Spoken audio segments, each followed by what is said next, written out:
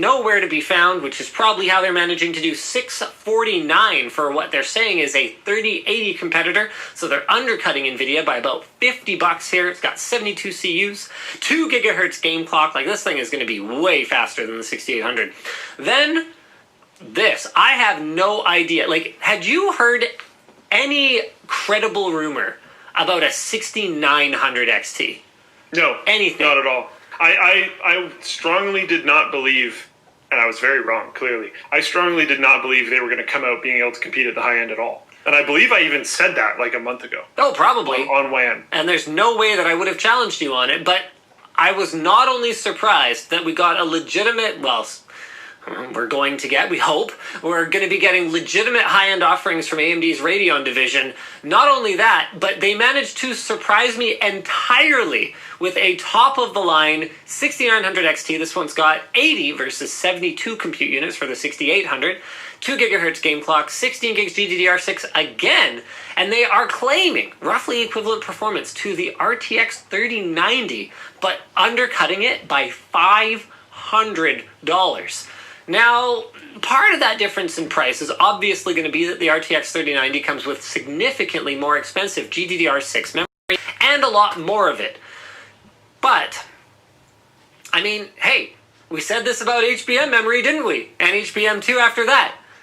Your fancy memory ain't going to do you much good if you don't got the performance. So yeah, and also like the 3090s, as much as NVIDIA's branding around like workstation, non-workstation cards is confusing and misleading constantly. But the 3090 is like technically more positioned for non-gamers. Yep. It feels like the 6900 XT isn't. This feels like it's straight up gamer department. Straight up gamer. And, I mean, as much as NVIDIA might position things as not for gamers, they send very mixed messages. Yeah, they send very mixed messages. Absolutely. You know what's funny, though? The only reason that we want any 3090s, like, we are actually... I didn't buy it at first. I was like, what do you mean the 3080 is the flagship? Obviously, we're going to do all of our showcase builds with 3090s. But I've actually kind of bought into the whole 3080 is the top of the line and 3090 is, like, ridiculous now because it just is not enough more performance for how much more expensive it is. Like, it's also, not... like, doesn't exist. Yeah, and it also doesn't exist. Speaking about... Sorry, go for it. I was just going to say, the only thing that we're even considering using one for internally is for very, very large video editing projects. All the editing editors, they want 3090s, and then even the people who told me they were going to buy 3090s, even when they knew it was $1,500, David's one of them at work, he was like, after he saw the performance results, he was like, nah, I'm just going to get 3080. There you go. Hold that thought. Dan Lee in Floatplane chat says 3090 is Titan. No, 3090 is not Titan. Yeah. I made it very clear in our review that the 3090 is not Titan. It costs as much as a Titan, so I can see why you're confused. But it's not a Titan because it doesn't have any of the Titan driver optimizations. It's just a really fast gaming card. Boom. All right. So you were talking about how it seemed weird that the 6800 got the XT moniker. Yeah. And they're like so different. Yeah. What is interesting to me is how similar, while still being quite different, sure, but how similar the 6800 XT and the 6900 XT are. In terms of spec. Yeah. Yeah, there's like only... everything's the same except for compute units. There's only 8 more compute units. Yeah, which is like, that's great. But like almost everything else is different for the 6800 to 6800 XT. Yeah. Like they're incredibly different cards. 12 more compute units, higher game clocks. I mean, okay, other than that, they're very similar. Higher power consumption, wattage. though. Yep. So it's like almost everything is the same except for the memory. Now let's talk features. All the new GPUs support DirectX 12 Ultimate, including direct storage. So direct storage for the uninitiated is that thing that I put my foot in my mouth over a while back where I was making fun of the PlayStation 5's SSD. Okay, it's not quite the same thing. Sony's implementation is likely slightly different, but... You're treading on dangerous ground there for a second. The underlying hardware is obviously a big Navi, okay? So yes, Sony's software implementation isn't direct storage, which is TM Microsoft, but it's basically functionally the same thing. So it allows the the GPU to have direct access to the main system storage. So it'll support variable rate shading and ray tracing via what AMD is calling ray accelerators, not to be confused with RT cores. Okay, those are built into each compute unit. Now AMD also will apparently have a take on DLSS upscaling. They're going to be calling it super resolution, not to be confused with virtual super resolution, which is AMD's upsampling technology. That's a little annoying. Okay. How hard is it to come up with like a brand for this kind of stuff, you know? Yeah. Apparently very hard. Maybe try to not call it the same thing. Yeah. So what's your feel? My feel is what's the vibe? I'm so okay. So I'm gonna tell us. Let's do story time. Mine is story time. Sure. Yeah. I remember when AMD launched Polaris. Polaris was their big like Radeon is back. Yeah, we're gonna stop re-releasing the same graphics card with a new name over and over and over again. This is gonna be awesome. When they launched Polaris, they had a big event, like everyone and their dog was there. They actually sponsored a video from me, which usually is an indication of one of two things. It either indicates things are going really well, or that things are going really not as well. And I had actually read it based on the amount of buzz from AMD people as things are going really well, and they just wanted to like make a big splash. And that was actually the video where Raja Kaduri dropped the card, which was very funny. That pretty much made that video. I loved it. Anyway, I remember showing up and like the big AMD is back moment, aside from pricing, it was very price competitive. So that was good until pricing like basically went up with the 500 series and then way up during the mining craze, but that's a whole different thing. We won't talk about that. Their big, like, we're back in the high end was like a Crossfire slide where they were like, yeah, dual 470s or dual 480s or whatever was on it. It's like very competitive with NVIDIA's like card that's actually good on the high end. And like Crossfire supported on like lots of motherboards. And they were trying to brag about Crossfire quality at that time as well. Yeah. How'd that work out for them? Bad. So my problem is that AMD has disappointed me and hyped me up so many times, and even like that wasn't that long ago. Like there's people that are still, Raja's not there, but there's people still at AMD who worked with me on that event, and I was like. And like to be clear, just something to add in here, because I know there's going to be people like me that enjoy pointing out that it's not just AMD that does that. It's happened with NVIDIA, it's happened with Intel, it's happened with basically everybody. It's happened a lot with AMD, and it's happened over the years. It wasn't like centralized at one point in time. Yes, AMD has been disappointing me for as long as I've been making tech videos. So it's like... well, before actually, if we go really far back, yeah. So that's my problem, you know. That's why I have a really hard time with this. But fine, go. These look kind of awesome. They do look kind of awesome, but they always do this. Okay, so here's where it could go wrong. The drivers could be buggy and flaky, like we experienced with the 5700 series. Speaking of disappointments that weren't very long ago. They have gotten better since then, but at launch, they just shouldn't have launched at that time. Like, at launch, they're not good. So the drivers also could be continued driver support is often a little bit more rough on that side. And they seem to prioritize, like, weird features that I don't think anyone really cares about, and then kind of, they'll, like, half-ass it. And then they're not competitive on stuff that matters, like video encoding. Yes. So disappointments. Another disappointment could be features. So they've like got an answer to everything from NVIDIA, but they've had an answer to a lot of NVIDIA's tech, like Shadowplay, for example, for a long time. But it's done. So who cares? So that's another way that it could disappoint. Another way it could disappoint is so far everything that I've seen in the slides is like average FPS. As far as I know, that's... here, hold on. Let me pull up these images. Yeah. All they're showing is frames per second, which I would have to assume is average frames per second. It could be terrible when it comes to like 99th percentile minimums, and it could be really stuttery. Yeah, so it could be a stuttery mess. Not actually effectively running at that level of smoothness. But also, AMD's recent swagger on the CPU side of things has been mostly based on measuring things the way that the tech press likes to measure it, not just kind of like making up their own metrics for things and saying, yay, we're competitive, go AMD, stonks. It's been better than that for the most part.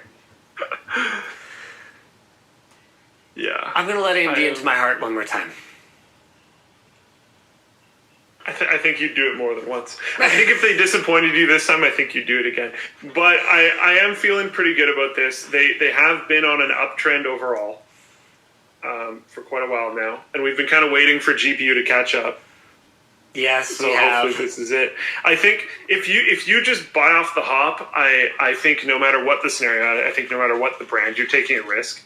I would still definitely wait for reviews. I would also wait. We saw this with 3000 series. I would also wait for user reviews as well. Oh yeah, 100%. Because even the professional reviewers, it's a sample size of dozens.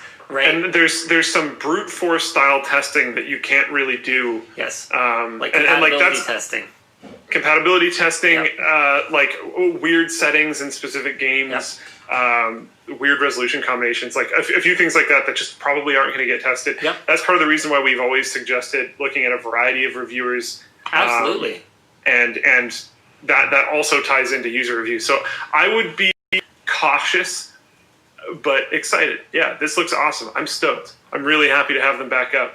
There's been all these memes, like there's a meme of Lisa Su dressed up as the Reaper, and like Intel's door is already like knocked down, and then they're like knocking on Nvidia's door.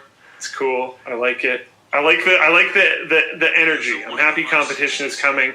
Intel had their day. Now it's time for NVIDIA to hopefully get wrecked. That would be very, very healthy and good for the PC environment. So I hope they do it. I'm also excited to see just like full out Team Red computers. I think that's really cool and something we haven't seen in a way that I would say is legitimately in quite a long time. Have you seen this?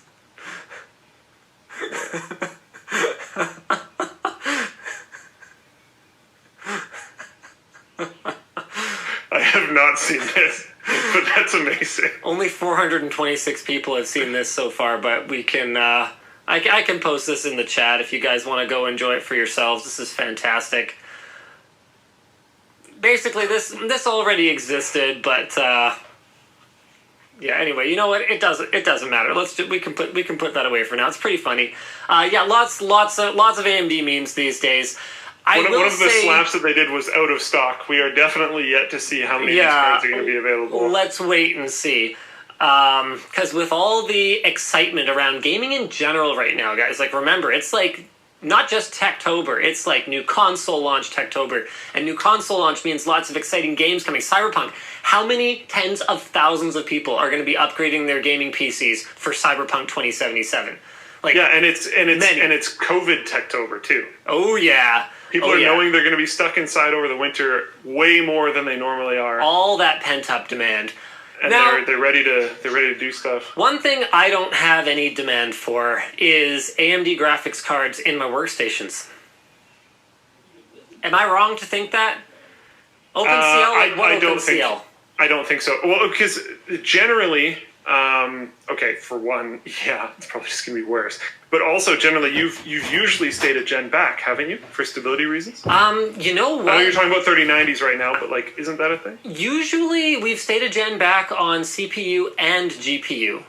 We are talking about going 3090, and the reason for it is just that there's nothing current gen that makes any sense. So we could get two current gen Quadros because we need more memory. That's the problem. So we can't go 2080 Ti. It's only got 11 gigs of memory. It's not enough. because, and honestly, it's a bug with our 12K Blackmagic footage that we're trying to figure out if we can even freaking use. So RTX 3090 plus our Threadripper workstations, it seems to handle it. But I do like you said, I do worry about going current gen anything. So that's part of it. And then the other part of it is just NVIDIA's support in the applications that we use is just not even close to the same realm that AMD occupies. So it would be really, really tough for us to go AMD for our actual workstations, even if I would consider it for my personal rig. And you know what? I'm going to be honest with you. Maybe part of this is just habit, but man, it would take more than just being price competitive for me to consider walking away from NVIDIA for my personal rig. Because you got to consider, like, how does customer trust work, right? Like, I remember a time when graphics card driver crashes were a normal thing. I don't remember the last time I had one. And your experience might have been different.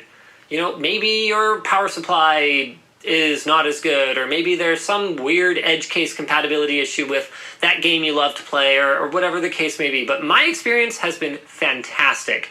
And for me, it's really hard at my, stage in life where I don't have as much time to tinker with things. Like, I don't even overclock my personal rig because I just can't be arsed. I don't need a little bit more performance per dollar. I need something that just works, so that if I sit down and I'm like, I'm going to play a game, I play a game instead of tune the graphics card or reinstall the driver or whatever the case may be. So it would be really, really, really hard. Especially with a lot of people doing work from home, and their personal computers are, it's not just for gaming or doing whatever else they want to do on it personally, but it's also for work stuff. That has to have 100% uptime. Now, AMD, it has to be like fantastic. AMD says they're making a commitment to, driver it up, and that's great. But it's, if you can't keep it consistent from one board partner to another, well, actually, you end up with an NVIDIA RTX 3080, don't you? We've got a chat from Ferno182 in the Floatplane chat here. My experience with the 5700 XT reference Gigabyte has been very good so far, but I know there's a lot of people that had tons of driver issues. Totally. Meanwhile, AJ is like, yeah, mine's been great on my HTPC, but like, AJ, you went and you put it in like a secondary machine. Would you put it in your daily driver, in your main rig? Interesting. There's a couple more interesting features that we should talk about that make Radeon 6000 series unique. There's 128 megs of Infinity Cache that's on die, that's over twice as fast as the GDDR6 and is apparently to help reduce memory bandwidth bottlenecks. And there's a set bonus. So this I like that. is interesting. Smart Access Memory provides the CPU with full access to all of the GPU's memory. That is, as long as you're running Ryzen 5000 series. And apparently, you're looking at a 6 to 10% speed up in games that benefit. Now, rumblings online suggest that this is an implementation of the resizable bar feature that Microsoft is pushing, meaning that future NVIDIA GPUs and Intel CPUs may support it, but it's only AMD for now. And what's really cool is that games don't necessarily need explicit support for it. That could be a very exciting advantage for AMD in order to entice people to buy an all-red machine. It's cool. Communist it's a cool computer. feature. And I was going to say, like, there's another thing that's going to get people to buy AMD, which is anything but Intel NVIDIA fans. People that just want to anyways. But there's the same thing on the other side. Like you were saying, you're used to NVIDIA, so you might want to stick there anyways. But yeah, you said earlier that AMD has had an answer for all of NVIDIA's features. I don't think that's quite true, but they also have unique stuff like this. So that's cool. Not very much. I think this is pretty much it. That's a pretty big deal, though. Like, it is super cool. 6 to 10% extra performance is better than a kick in the teeth. That's what I always say.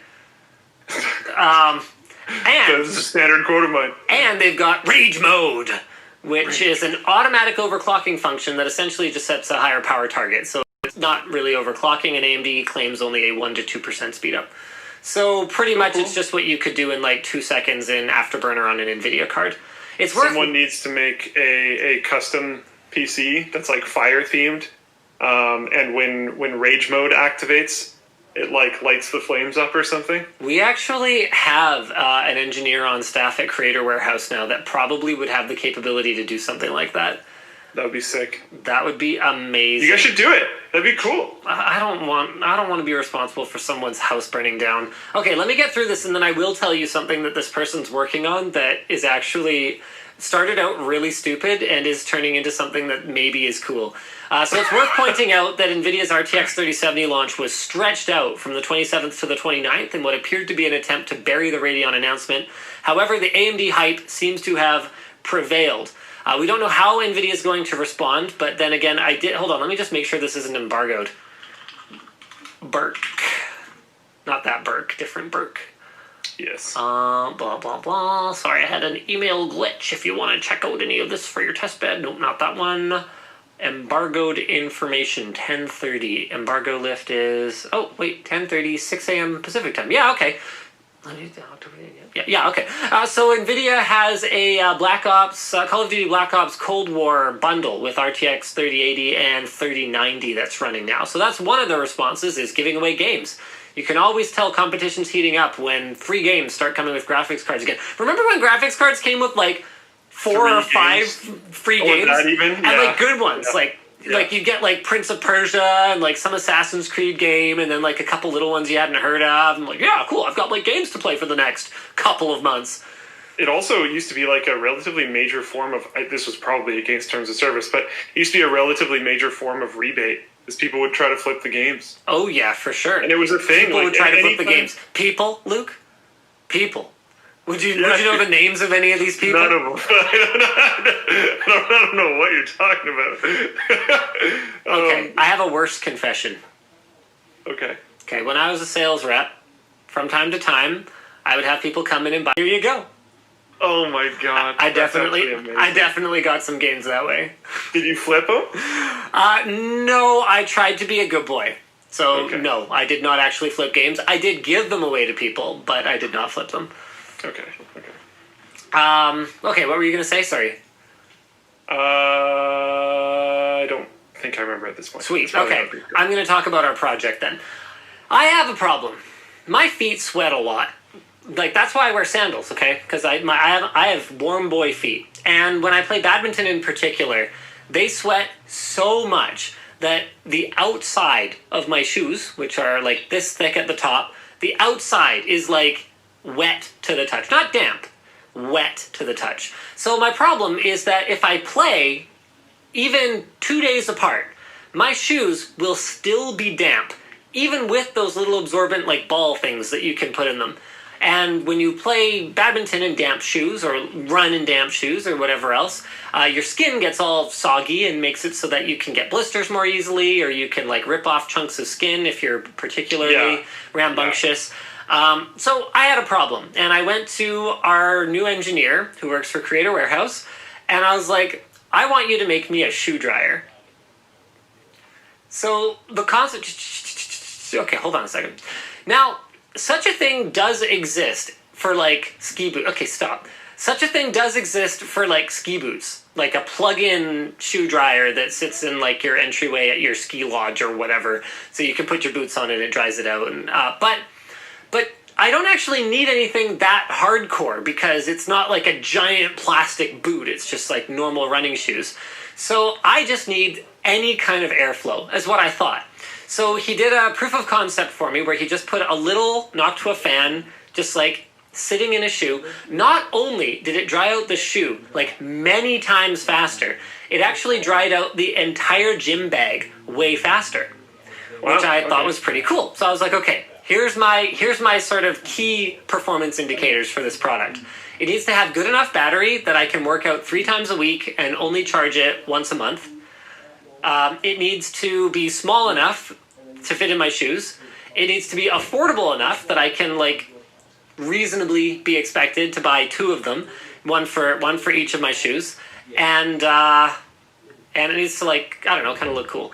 So I saw. You're gonna try to sell this. I saw. Okay, just hold on. Oh no! I intended this as a product from the get-go. Mm-hmm. So I saw a prototype today that is, frankly, amazing. That's a And little get bit this. trickier to get at. It might These end up ones. being not totally stupid. So what But, it yeah. is it's two like Tesla-sized lithium-ion cells. So it's like pretty big, pretty long. You know, it's thick. It's a thick boy. It's kind of heavy, but that's what it takes to get a month of battery life out of something. So two big Tesla-sized cells. It's got a little PCB that he designed and had printed for like $1 somehow. I don't know how he managed to do that, but yeah, he knows a guy or something who does super cheap like prototype grade PCBs. And then it's got a little knock to a fan at the end, little like 5-volt knock to a fan. And I was looking at it today, and I was like, this is like a 10,000 milliamp hour battery bank at this point. Why don't we just make it also a battery bank? And then Nick's standing there, just hold on. Oh my god. Nick's standing there, and he's like, yeah. And if we need the fan to like blow air like around in it and circulate air, then we might as well just like make the fan a little bit more powerful, and it could also be just like a fan. So you could have a battery bank. Hold on, shut up. You could have a battery bank that is also a fan. So if it's like a hot day, you just like hold it. So you got your USB plugged into the end as you're charging your phone in your pocket or whatever. You're like blowing a fan on your face. Or gaming from a gaming standpoint, okay? You put it up at the edge of your mouse pad, blow it over your gaming hand, okay? And if you're like, you know, going ham on a jog on the weekend or whatever, and you know you're gonna go out, you know, the next day you want to go for a jog again, you pop it in your shoe, boom. 8 hours later, your shoe's dry, ready to go. Yeah, ready to so go. the bit that you hold to have the fan blow nice air on you can heat up as well, so that it's an all-season sports device. Well, it might just heat up anyway with those cells in there. No, actually, probably not. So anyway, Polo says no one will buy this. Don't worry about it. So, what was I going to say? Right. What we're going to have as sort of like a byproduct of this product just being what it is the best cooled battery bank on the market. Those cells are going to run so frosty cool because they're going to be actively cooled. I'm like very excited. Holiday on Floatplane says, so you started with a reasonable idea and then went full Linus. Lol. You turned into like Yes. full like back of the showroom floor product shelf thing. So yeah, I was hoping that it would be. I was hoping it would be cheaper than what it will end up being, but my 1 month of battery life is sort of a tough one. Like most of the cost is just in the battery. Excuse me, these cells. Are you willing and or interested in selling like lower battery? Because like, do you really need a month? Like, I could plug my gym bag in every week. I think for me, I want a month. As for Why? whether we could do like because I don't want to like charge that all the time. It's annoying. Like the whole point of it is that it's like. How much more is it going to cost? Well, way more, obviously. Like 3 times as much. 3 times as much. Oh God, I would definitely not pay 3 times as much. Yeah, no, I mean, I'm cheap. Maybe I'm not who you should be talking to. You're very I'm cheap. definitely not who you should be talking to. Yeah, you're very cheap. Okay, But, so guys, yeah. okay, let me know. Does anyone else want a shoe dryer? Okay, Can you straw pull this? So I'm making it right now. Nice. I'm making it right now. Shoe Oh. dryer. If you post it on Twitch or Floatplane, I'll get it on the other one. All right, cool. I'm throwing it on Floatplane. Floatplane votes first. Here we go. Advanced mail-in voting, early access voting. All right, I got it in Twitch now. There you go, ladies and gentlemen. And let's go ahead and throw it in YouTube chat. YouTube chat moves so fast, I don't even stand a chance here. You're obviously not going to... Oh my God, I don't believe it at all. I don't believe it in the slightest. I'm getting trolled. That I guarantee you that's what this is. Whoa, hold. Speaking of Oh people my buying God. things from LTTstore.com, did you see Luke adjusting himself in his chair there real quick there, Styles? Oh, jeez. Did you see that? Did you see that? Whoa! Oh, my. What is Oh, that? what What is is that? this? Is that a new item? What? Hold on a second. Oh, Let me. Oh jeez. shoot! I think I just broke something. Oh boy. Well, What did you do? I'm breaking stuff. Don't worry about it. Hold on. Okay. All right. There we go. Let's go back to the. Dang it. Where's the right one? Here it is. Oh yeah. Typists and gamers, pick your flavor. We've got 4 different colors. We got blue, we got brown, we got red, we got black. The black is sick. Nice and stealthy. That's actually pretty cool. The black is absolutely sick. I was at the bottom of the stack. I didn't even look at it because I was like, I gotta wear the blue one. Yeah, have to. You don't have to. You don't have to rep your preference. It just doesn't hurt. Shoot. I would personally go with either repping your preference or black, because the black one's cool. Oh no! What am I doing? Oh no! I moved my. Where is it? I can't find it.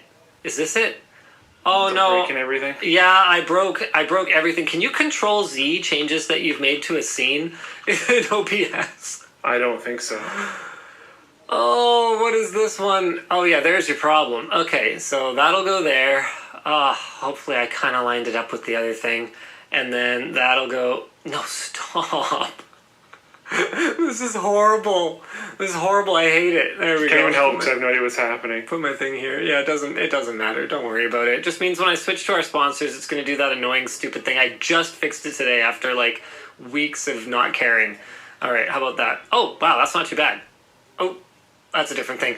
All right, cool. So, guys, you want to go check that out. By the way, in unrelated news, the foil keyboard shirt, there were 3 that were a little bit different. We've only been contacted by 2 of the recipients. So you guys got to make sure that you contact support if your foil keyboard shirt looks a little weird or a little different. All right. I wonder, it's very possible that someone bought one of those shirts as a Christmas gift. Oh, that does seem possible. Or a holiday present.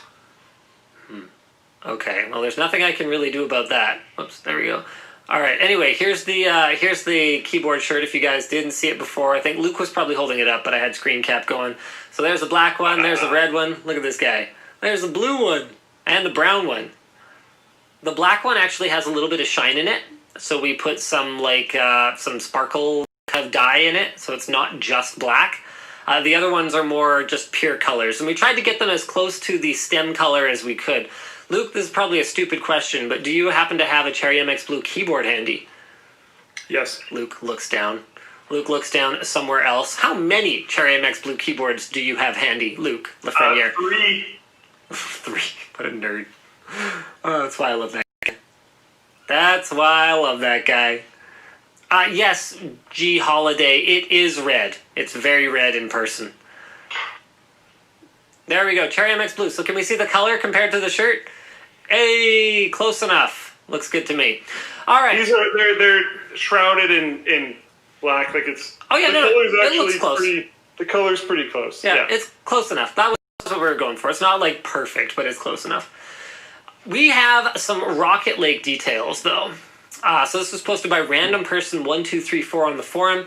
Intel's been pretty quiet since AMD announced the Ryzen 5000 series, dropping hints here and there that Rocket Lake is coming. Well, now we've got details.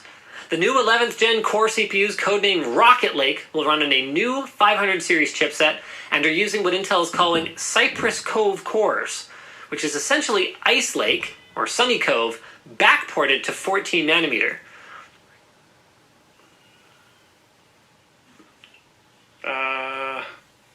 Not necessarily the greatest or most exciting time for them to have a processor launch. No specific models were announced, but Intel's famous up to marketing points to 8 cores and 16 threads at the top of the line.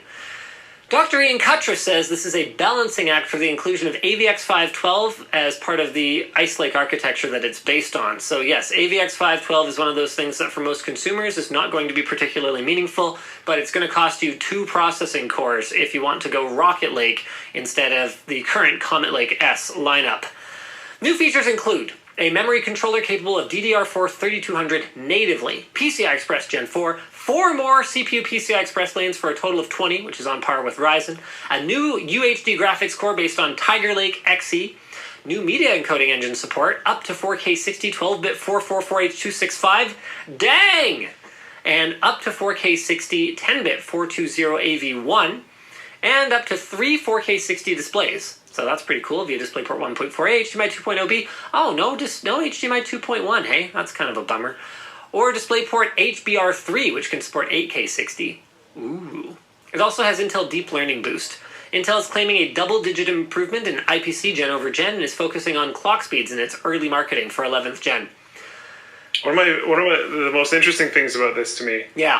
is just that, like, we had this news, and people have been eating up processor news, like mad, for a long time now, even though, like, there hasn't been a lot of experiences that are going to really fully utilize them. People have been really excited about processor news. This drops at a similar time to the big Navi announcement, and just basically no one noticed.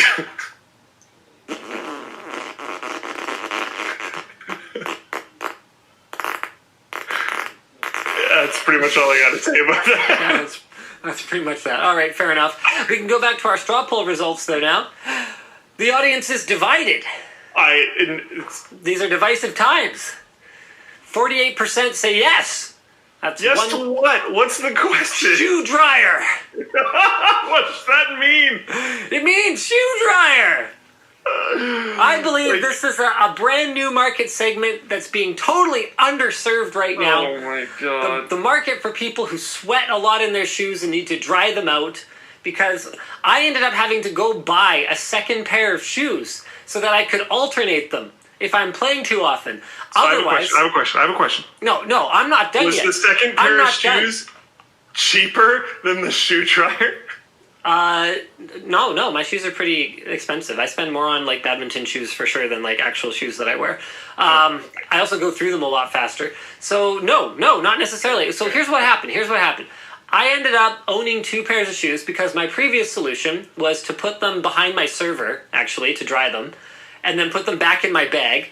And then I forgot them once, and I got to play, which is a 45-minute drive for me. I arrived, and I was like, oh my god, I don't have badminton shoes, and they won't let you on the court without non-marking shoes. Yeah. So either I could drive an hour and a half to go get shoes and completely miss my session, or I could just buy shoes while I was there. And I was like, okay, well, I guess this isn't that bad. I'll just have 2 pairs of shoes, and then I'll just have one in my bag and one drying. It's part of the reason why pro shops like exist, is to grab that type of customer. 100%. They got me for like $120 because I forgot my shoes. So it's pretty brutal. Yes, that server room did not smell great when I was using it as a shoe dryer. Although, on the subject of shoes not smelling good, if you dry your shoes quickly, there's less opportunity for bacteria growth, and the same can be said for your bag. Just having a little bit of airflow actually helps a ton. Interesting, okay. Mm-hmm. So you could increase the lifespan. Apparently you can get the nerve to your sweat glands cut to stop sweating there forever? Wow. That Science seems like not has a good officially idea. gone too far. No, like sweating's a good thing. Hilarious. You want to sweat. People that have that thing, I don't remember what it is, that makes so they can't sweat. That's like a problem. Huh. It, like, maybe gross and stuff, but it. Good. Crazy Town. All right. Speaking of Crazy Town, why don't we talk about our sponsors for the WAN Show today? The WAN Show is brought to you by Vessi Footwear. Actually, let's do these in order. Hey, Vessi Footwear! Thanks, Vessi, for sponsoring today's WAN Show. Vessi Footwear is known for making comfortable shoes that are light and, most importantly, water-resistant. You can walk in almost any terrain while keeping your feet dry. They just announced their new weekend shoe. They have a look that fits almost all occasions, and you can get $25 off each pair with offer code WANSHOW. And in the event that you stepped in such a deep puddle that the water went up over the sides of your Vessi shoes and poured into them, you could even, they're 100% compatible with the upcoming LTTstore.com shoe dryer. Check them out at Vessi.com/WANSHOW. That was great. The show is also brought to you by Honey, the free shopping tool that finds the best promo codes whenever you shop online at sites like Amazon, eBay, Newegg, Razor, Best Buy, Walmart, and more. Those of you who have downloaded Honey at our link have saved over $100,000. That's right, $100,000 in the past few months. And Honey doesn't cost anything. They get a small commission from the sites where you shop. So it's all about that commission for them, not your data. It's free to use, installs in just 2 clicks, and you can get it now at joinhoney.com/Linus. For our next sponsor, I have a video that I'm supposed to play, apparently. Yes. This is becoming a popular new way for... Oh no, I've got the wrong thing here. Okay, here we go. Hey, there it is. Autonomous. is the industry-leading producer of premium-built office chairs and standing desks. Their Smart Desk 4 is the first-ever standing desk with an anti-collision feature that is user-adjustable. That's right, you will not collide with your colleagues anymore. It also syncs with an app which not only lets you control the desk wirelessly, but allows you to schedule your sit, stand, and exercise sessions that fit your work routine perfectly. You can also learn your work habits with the app's analytics. It's the #1 productivity hack for anyone working from home. And pre-orders for the Smart Desk 4 will open on November 4th, with one of our lucky viewers getting a chance to win one right now. Just go to the link in the video description. The fastest to tell us in the... Oh, wait, apparently... Wait, what? Oh, okay. Who is admitting this? Apparently the fastest to tell us in the live chat what the 2 new Smart Desk 4 features are wins a Smart Desk 4. This is a bad system for this. How the hell were we going to administrate this? I would assume it would... you know what? We'll figure out the giveaway. No, forget it. The giveaway's off. We'll do the giveaway next week. We'll do the giveaway next week. We'll figure it out. Okay. It's off. It's off. We'll do it next week. Oh, man. Okay. Why don't we go? That was quite the YOLO just thrown in at the end of the notes. Did not think that one through. All right, Apple's been sued. Is privacy anti-competitive? Original article here is from macrumors.com. In 2021, iOS 14 will require apps to get opt-in permission from users to collect their random advertising identifier, which advertisers use to deliver personalized ads and track how effective their campaigns were. Ahead of this change, advertising companies and publishers have filed a complaint against Apple with France's competition authority, arguing that the enhanced privacy measures would be anti-competitive. The complaint alleges that the wording of Apple's permission prompt will lead most users to decline tracking of their device's advertising identifier, which could result in lost revenue. Lost revenue for advertisers. Oh, no. Oh, jeez. In August, Facebook warned advertisers that the prompt could lead to a more than 50% drop in audience network publisher revenue. Yeah, get wrecked, Facebook. In a statement, Apple reiterated its belief that privacy is a fundamental right, adding that if people don't bring their phones to an Apple store, they shouldn't really be allowed to fix them anyway, should they? Sorry, no, that's not what they said. Have you seen all the stuff with the new iPhone 12? I've seen some of it. Yeah, I don't know if I've seen all of it, but it's still rumored, but it looks like, actually, I think displays are confirmed that they are tied to the SoC. And then I think it's rumored that camera modules in the 12 might be tied to the SoC as well, which is like totally arbitrary and unnecessary. Anyway, in a statement, Apple reiterated its belief that privacy is a fundamental right, adding that a user's data belongs to them, and they should get to decide whether to share their data and with whom. Apple said its own data collection doesn't count as tracking because it doesn't share the data with other companies. Okay. See, if Apple just didn't collect this data, then they would have a stronger leg to stand on. So they say only we can benefit from your data? I also, as much as, and you know what? Sometimes, even when they find a way to make it personal gain, you can applaud companies' attempts to do things for the people, because you might as well. And if they can find some way to make it benefit themselves, then that's great. But this very, very much just seems like an attack on Google. Apple's position here, says Conan Kudo over in the Floatplane chat, doesn't really square with them building their own search engine and ad network. Yeah, they're just fighting Google.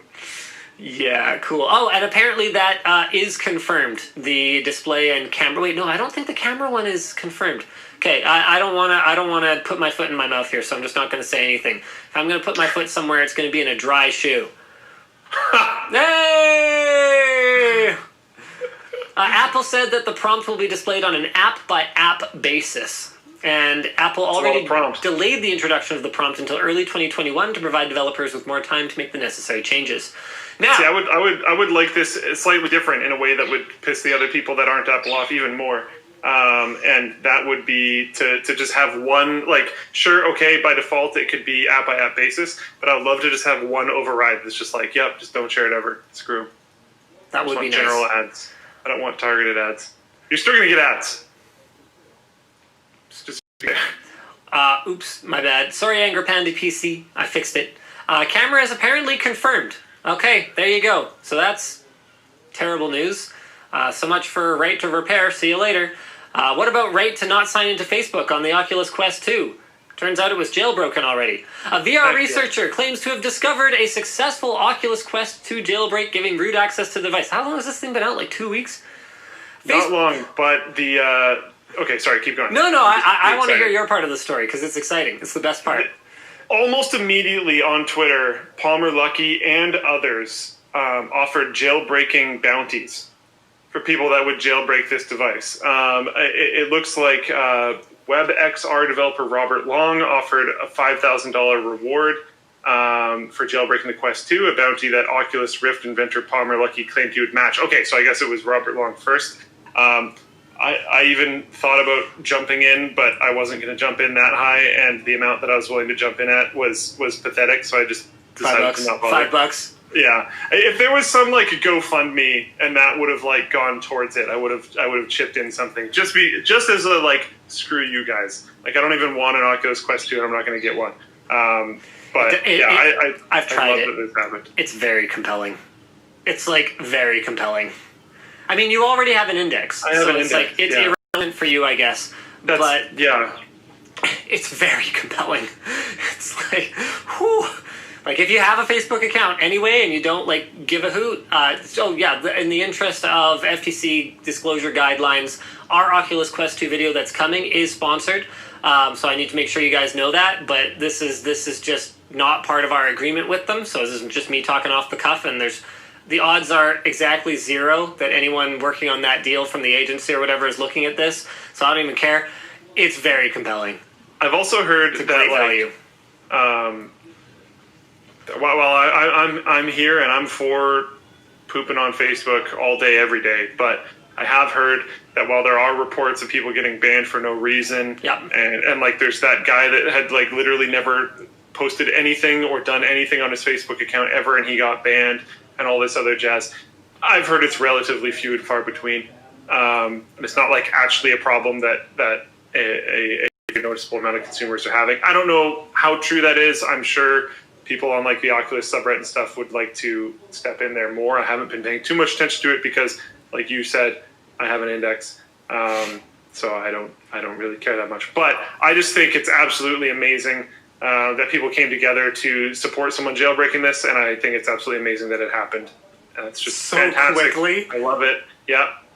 To be clear, I'm still not recommending that you run out and jailbreak your device. We have no idea what this means for the long term of like software updates and stuff like that. But the fact that it's possible, I mean, the thing is so cheap that at least there's like relatively little risk. I mean, it's still $300. Don't get me wrong; it's an expensive toy, but compared to like previous VR headsets of this grade, like the lenses are great. Oculus has always had better lenses than anyone else, and it's still got it. The pixel density is a step up from last gen, like a noticeable step up from last gen.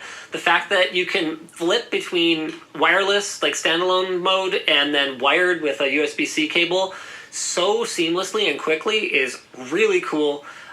72 hertz, real bummer. But it's a 90 hertz display, and apparently 90 hertz will be unlocked officially moving forward at some point. And it's already been hacked as well, so. Fantastic. Someone in the Gondomar in the Floatplane chat mentioned the fact that it's happening at all is bad, and what he means by that is like the weird random bans from Facebook not being able to use your VR device and all this other kind of stuff. Oh, I strongly agree. Don't get me wrong. I'm just saying most users aren't experiencing that. And weird random VAC bans are bad too. Yep. Yeah, like that's bad. But it's also just not unique to Facebook or the Oculus Quest 2. It's true. And it should have never happened, and Facebook should have had their grubby fingers not in there at any point in time. But it's a thing. We live in this world now. Speaking of worlds we live in, Retina. 10,000 pixel per inch display developed. This was from the Stanford News Brief. One of the biggest problems with VR is the screen door effect, or the gaps between pixels that you notice when looking at a display that's so close to your eyes. Well, it may soon be a thing of the past. Samsung and Stanford have made a 10,000 pixel per inch display that could lead to flawless VR, assuming we had the graphics horsepower to drive the friggin' thing. The new OLED tech uses films to emit white light between reflective layers. One silver, and another made of reflective metal with nano-sized corrugations. Nano-corrugations! This optical metasurface, man, these words are so great, changes the reflective properties and allows specific colors to resonate through pixels. The design allows for much higher pixel densities than you see in RGB OLEDs on phones, but doesn't hurt brightness to the degree that you see with white OLEDs and TVs. Will that be easier to push as well? Like if they're just reflecting things, are you pushing? No, they're still pixels. In addition to having a record-setting pixel density, the new Metaphotonic OLED would be brighter, with better color accuracy than existing ones, and easier and more cost-effective to produce. It sounds like carbon nanotubes at this point. Yeah. It's going to be better and cheaper and easier. You're going to love it. Once we can make more than one of them. Samsung is apparently already working on a full-size display using this 10,000 pixel per inch tech, and the design of the corrugations makes large-scale manufacturing viable. Wow.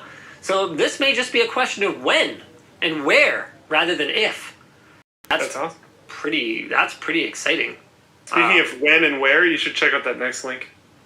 The Verge. Oh yeah, I saw this.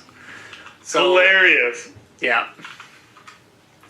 Amazon's brand new Razer phones have a fingerprint warning. We apologize if you see fingerprints on your device. Amazon apparently was unboxing phones and folding them for customers to reduce the odds of them arriving with shipping damage. They said, end quote, "We apologize if you see fingerprints on your device." Wait, oh no, hold on a second. Motorola now tells The Verge that it's the one doing the folding. Motorola is packaging the new Razer in its closed form at the factory level. Once the device leaves our facilities, it is not reopened. Motorola places strict requirements on handling with gloves and sanitation procedures along with shipping protocols. We will continue to closely monitor. Wait, what? That doesn't add up. Yeah, that's actually the next line of the article here. There's something doesn't add up. If they're being packaged at the factory level by people with gloves, why would we be warned about fingerprints? Okay. There's a specific incident that caused the shift. Okay, well, either way, if you're buying a Motorola Razr, you're doing it wrong anyway, so most of you people watching this are probably more savvy than that and didn't buy a Motorola Razr. So it should be fine. The nostalgia of your old school Razr from the, early mid-2000s is not worth it. Yeah, to buy a Lenovo phone that has a mediocre camera. I don't really understand it. If you absolutely must have a folding candy bar phone, then just get a Z Flip. Yep. If you must have one. Why you must have one, I can't fathom it. But if you must. This is weird. Super Chat seemed to be broken. That is super unfortunate. I can only see the ones from 6:57 and on. Don't resend them, though, guys. I do see Hazebuster. Much love from Germany. Thank you for that. And Blixa says, I know this won't be read till later, but just wanted to mention that even with a VAC ban, you can still use your index. Hey, that is true. That is true. But you could also, depending on your Steam account, be out much more than the cost of an index. So Luke's and my point was just that random bans for no reason are bad, no matter who does it. Yes. That was what we were getting at there. Yeah. All right. I think that's pretty much it for the big news this week. Is there anything else you wanted to touch on, Luke? I don't think so. I wanted to bring up that folding phone thing just because I thought it was funny. I think people should go subscribe to Flowplane so they get to see Secret Shopper on time. Yes! Secret Shopper is going to be early access on Flowplane.com, and it is a doozy. It is a doozy this time around. Spoiler alert, it's a doozy. It's not really a spoiler, but it's definitely... I'm actually pretty excited. I really enjoyed the last one. I thought it was awesome. That was genuinely fantastic content, and I've been wanting a follow-up because it's been long enough that very significant changes could have happened. So, Heck yeah. All right. I will... I should go through a few super chats here. Cameron Ogletree says, Linus fixed the lower third. Oh yeah, I fixed that. Eric says, check out Cedar Show Trees if you want to really extend the life of your shoes. Cedar Show Trees. Cedar Show Trees. What are you talking about? Cedar... Shoe Trees. Shoe Trees. Did I just read that wrong? No, you typed that wrong. Cedar Shoe Trees. Got it. Okay. Something. Yeah, I mean, for me... You found here's your competitive analysis, Linus. Yeah, I really don't need a cedar shoe tree because what wears out my shoes is that my feet like wear through the bottoms of them, and the top layer like rips off just from the force of like lunging on the gym floor or like moving side to side. They just lunges get torn while your feet are apart. sweaty. Like I know you mentioned this, but like it can screw your feet up like really fast. Yeah, and your shoes. Yep. What else we got here? Did you know that the Gateway brand has come back? Says Nijol. Did you know that I don't care? I'm pretty sure we talked about that quite a while ago. Yeah. So brutal. Gateway. William says, Yo, Linus, we all saw the mousepad samples you got. It's been a while now. What's going on with them? They're coming. We have Playstar bulk order. They are 100% coming. Yeah, all I know is Bitwit got to market before you guys did. Yes. Kyle messaged me. He's like, hey, noticed you guys don't have any mouse pads. Thought I'd send you a couple mouse pads. What's your address? Oh, right. Go f yourself, Kyle. C. Hobbs says, can you say hey to my wife, Jen? Yes, I can. And that's pretty much it. Thank you guys very much for tuning into the WAN show. We will see you again next week. Same bad time, same bat channel. Bye. Apparently mouse pads are going on a ship tomorrow. There you go. That's from the one and only Nick Light. Oh no. There we go.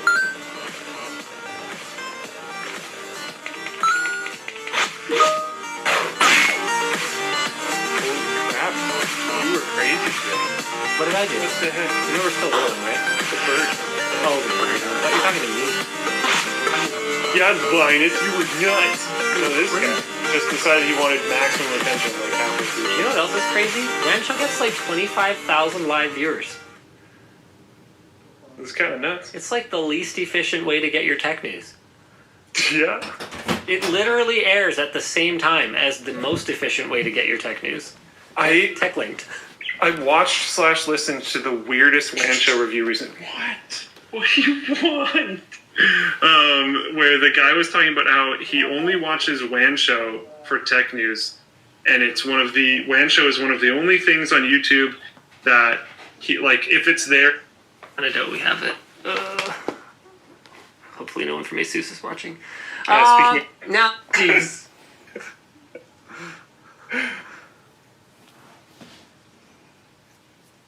Where's my dock? And welcome to the WAN Show, ladies and gentlemen. We've got a fantastic show planned for you guys today. Everything from, let's see, actually, hold on a second. What do we have today?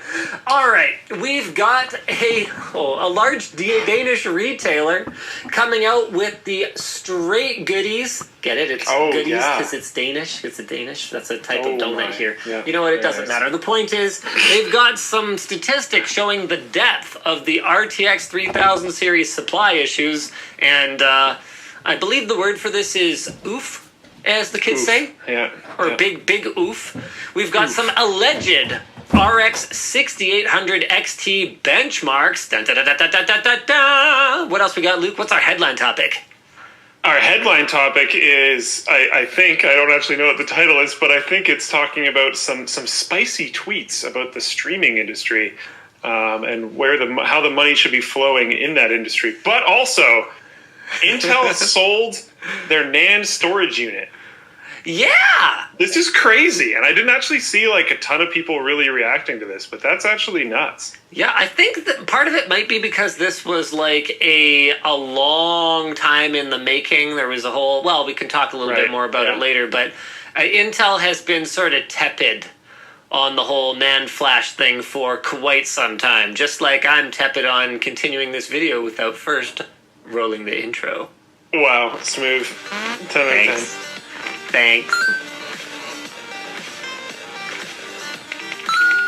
That moment when WAN show starts so late that that other show we do, what's it called? TechLink? Probably like already live. I see comments about that on the Flip the Cut all the time. They're like, oh, TechLink just went live. Give me a sec. No, TechLink is not live for the day, so there you go. All right. All right, why don't we jump right into our big topic for the day? Do you want to walk us through this? People keep giving me a hard time about doing all the talking on WAN Show. I have gotten so many comments and so many tweets about this over especially the last probably month or so. But the problem is, every time I'm like, hey, Luke, do you want to walk us through this one? He just like doesn't say anything because he's like busy running float plane over there or something. Or he says like two things and then just like waits for me to weigh in. So I'm going to say nothing. You're going to give us your whole take on this. I'm going to zip my lips and stop talking in a moment. Right. I will get this momentum going and it takes me a while to stop. So I'm done talking. Still rolling. Now. So before I get into it, I will say that it has become much harder to do the co-hosty role since we became remote, because it's a lot harder to read body language and do all that other kind of stuff to make sure that I'm like inserting at the right time. There's also a certain amount of Discord lag, so it makes it a little bit more difficult of like knowing when I should start and when I should stop talking. So that's a big part of it. It's not all on Linus for sure, but you can't see this on screen, but Alex Hutchinson, or at Bang Bang Click on Twitter, went for some spicy takes recently that was very, very noticed online. His original tweet... Very noticed. 2020. It got a lot of... When your tweet gets 5.1 thousand comments, but only 7.9 thousand likes, you did something. And it might not be something good. And when the follow-up tweet to that gets 18,000 comments and still only 5.1 thousand likes, you know you didn't do something great. His take starts with streamers worried about getting their content pulled because they've used music, which context for this, there was a lot of DMCA takedown emails that came from Twitch about people's back catalog, music being used in that back catalog that went out very recently. This is something we knew was coming. We've talked about this on the WAN Show in the past, but the action really happened very recently. So again, he says streamers worried about getting their content pulled because they used music they didn't pay for should be more worried by the fact that they're streaming games they didn't pay for as well. It's all gone as soon as publishers decide to enforce it. And he follows that up with, the real truth is streamers should be paying the developers and publishers of the games they stream. They should be buying a license like any real business and paying for the content they use. This is interesting.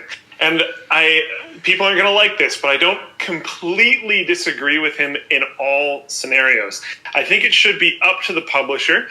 And I think basically any publisher that tried to enforce it that way would be an idiot. And we have experienced this in the past. We saw it with Nintendo. What did you say? Sorry? Sorry, I had something really stupid caught in my throat there. Nintendo, yeah, exactly. Sorry, I think we I saw got this with Nintendo in the past, and it was stupid, and everyone hated it, and the viewers hated it, and the streamers hated it, and it was bad for Nintendo in a lot of ways. Totally toxic. And they've eased up on it in more recent years, and it has been significantly better for the viewers and the streamers and Nintendo. Like, it is just holistically better for everyone. There are some scenarios where I question how real that would necessarily be. Games that are extremely narrative focused, basically walking simulator games, pretty much the whole experience can be had by watching it. And in those scenarios, those developers might not want people to stream it, and I think they should have the right to be like, yeah, I don't want you to stream my game. That being said, having the right and should do are different, and his verbiage here is talking about like something that will happen as if it's inevitable, and he says specifically they should be buying a license. I do not believe that game streamers should be buying a license, and I think 2020 of any year is a great example for why that shouldn't be a thing. Games that are popping off are Fall Guys, Among Us. Those games would not have popped off if it wasn't for streamers. And perfect hardline evidence for that is Among Us. Among Us didn't launch and immediately become popular with streamers. Like 2 years ago, wasn't it? Yeah, Among Us was out for a long time and was irrelevant. Yeah. It was a cool little game, but it had I think peaks of 200 concurrent players. And now it has peaks of oh my God, everyone, including American politicians and the biggest YouTubers and also the biggest Twitch stars. that game was made by streamers. Like the success of that game, was made by streamers. So the take is bad, but it becomes a lot more interesting when you look into who Alex Hutchinson is. And when you look into the way he is operating and using things. Okay. We'll get into what he does in a moment. I want to do one thing. I want to debate with you. Okay. Okay, hold on. I can shut up. This is a skill I have. I can remain silent. My favorite thing, which was pointed out by Jacksepticeye, I didn't recognize this at first. The cover photo, or whatever you want to call it, the banner photo that he has on Twitter for Savage Planet. That is some game that he worked on. Except the cover photo is of Jacksepticeye. It's a fan art. It's not his. Alex doesn't own that. The person in the photo is supposed to be Jacksepticeye in the game, and what is cut off, what is cropped off, and no, it doesn't just not show up because Twitter squished it. If you click on the photo, it is still not there, but you can see 3 little lines that come up from it is the signature of the person who drew the fan art. There is no attribution and no credit given to the person who drew the fan art. So does his opinion only go as far as music and games and does not reach into the realm of art in the form of something drawn?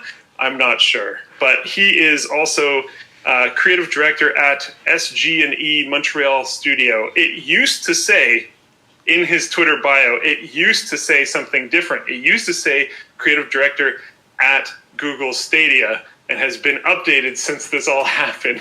I'm not necessarily sure why. But yeah, it was updated. Sorry. You can go. So I'm going to jump in, and you own the rights to how your content is used. So a perfect example of that is that if someone were to make a video, let's say they download, our review of the RTX 3080, and they play it back, and they're like, oh wow, this is some really good B-roll footage, and like, you know what, my 3080 is sitting in my rig over there, I don't feel like pulling it out and getting a camera, I'm gonna use this to supplement my content. Now, depending on how they do that, how they utilize the footage, do they leave in my commentary, do they credit it? Is their work transformative enough? Does it affect, what are the 4 pillars of fair use again? There's transformation, fair use, here we go. So the purpose and character of your use, what's it for? So if it's for, educating the public about the dangers of this Linus Tech Tips character, then that would be something that would be considered, important for public interest, and therefore more likely to fall under fair use. The nature of the copyrighted work. So that's where you get into the style of the game. You could even make the argument that certain styles of game are inherently covered by fair use to play them. I would make the argument that, yeah, go ahead. So I was thinking about this, and I strongly agree. And I think a lot of multiplayer competitive games, especially things like shooters, would totally fall under that. And Among Us and Fall Guys are examples of content where the participants, Among Us, I think is just such a prime example. The participants are the content. Yes. All this is like a setting. It's kind of like a medium, it's kind of like making the argument that, because you exist in this building, whoever the builder of it is or architect of it is, owns the work that you do in it, the film that you make in it. It's like, no, actually the content is the interaction between these people on the spaceship that are trying to fix it or not. The third pillar is the amount and substantiality of the portion taken. So if you take just a little bit versus like you might do in a review. So David from our team did a review of Last of Us 2, where, he shows a lot of gameplay footage, but it's not just the amount, it's the substantiality of it. So is it a lot of gameplay footage of wandering around? Or did he just make a mashup of every story cutscene and then upload it so that you don't have to buy the game? That's where you get into that one. And then that ties in really nicely with pillar number 4, which is the effect of the use upon the potential market for the original art.